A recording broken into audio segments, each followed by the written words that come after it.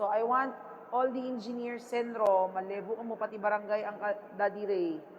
Tanungin nyo na pati TMG. May ka muna pati PNP. Yung sa kontrabaha natin na program, i-document what happens to the kontrabaha tunnels that were dug up. Kaya ako masita sa ngaw.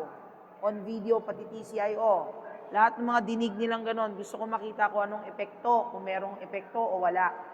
Kontakin nyo yung mga dinaanan ng mga barangay. So, Riverside, papuntang Balsain, papuntang Atulayan, Karitan, Anafunan, Linaw. I-video ninyo yun ngayon, dito nyo makikita kung effective o hindi. Kung hindi pa effective, kasi wala pa naman baha, dito natin makikita hanggang kung ano ang mangyayaring daloy ng tubig doon. This is where you see it. I want a report on that today. Period. Eskwelahan, sino magvo-volunteer? Mag-ergo ka muna, no? Sino ang makakausap nyo sa eskwelahan? Kasi kagaya ngayon, nagre-report si Linaw na merong tubig doon sa isang area, they will cancel classes.